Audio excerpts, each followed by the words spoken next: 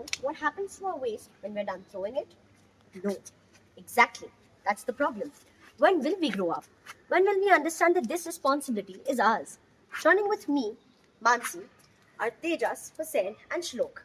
Today, we are going to discover multiple things about renewable resources, waste management, using energy, and making this environment a good place to live. So join with me. Solar energy.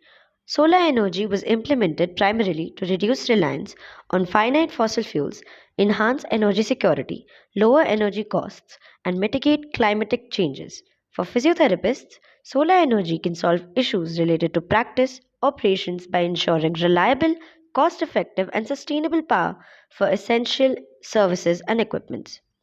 The push for solar energy gained momentum due to several factors. Environmental concerns. Solar energy is a clean, renewable source that produces no greenhouse gases or toxic pollutants. Energy crisis.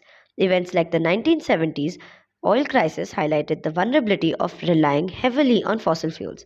Technological advancements and cost reductions. Ongoing innovations had made solar panels more efficient and dramatically reduced their costs. Energy independence and resilience. Generating power locally reduces dependency on a centralized, unreliable power. Solar power provides clean, renewable, and sustainable energy. It cuts your electricity bills. Now that we're done talking about waste management as a whole, let's go local.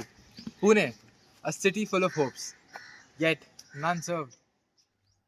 Pune municipal corporations plan to generate power from waste remains on paper.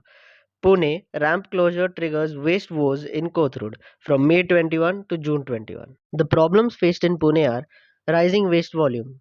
Pune generates thousands of tons of waste every day, and it increases during festivals when waste can go up significantly. The second problem is open dumping and burning. Despite collection systems, open garbage dumping persists in many localities, causing stench air, pollution, rodent, and animal issues.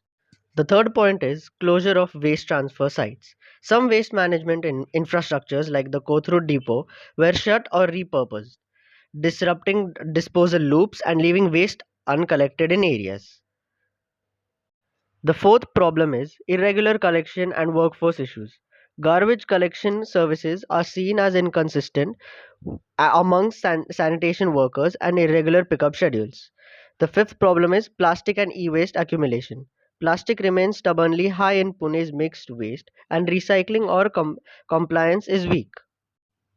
So, how can this waste management issue be handled? First step is door to door collection.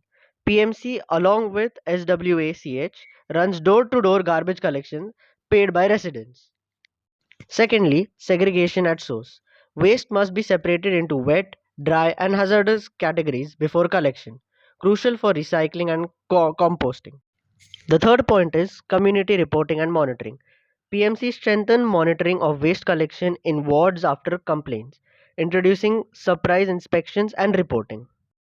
In summary, Pune produces thousands of tons of waste every day. Gaps in collection, segregation, processing, and enforcement. And lastly, waste has the potential to generate energy, but Pune's efforts are slow, stalled, or incomplete. I am Tejas and I will be talking about plastic and its accumulation. So, all of us know that plastic is a toxic substance and also it is harmful for human beings, due to which we should not use plastic. Electronic waste, e waste, refers to discarded electronic devices such as computers, mobile phones, televisions, medical equipment, and batteries. The rapid advancement of technology and frequent upgrades have significantly increased the volume of e waste generated worldwide. When not managed properly, e waste releases toxic substances like lead, mercury, cadmium into the environment, contaminating soil and water and causing serious health problems, including neurological and respiratory disorders. Informal recycling practices, common in many regions, further expose workers and communities to hazardous chemicals, making e waste a major environmental and public health concern. The solution to the e waste problem lies in responsible production, consumption, and disposal of electronic devices. Manufacturers should adopt eco friendly designs, reduce hazardous materials, and support extended producer responsibility programs.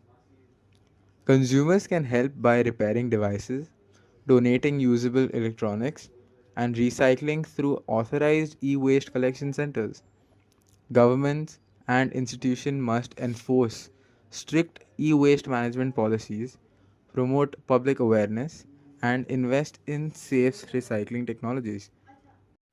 On this note, we would like to conclude by saying that the quest for silence continues in a world that only grows louder.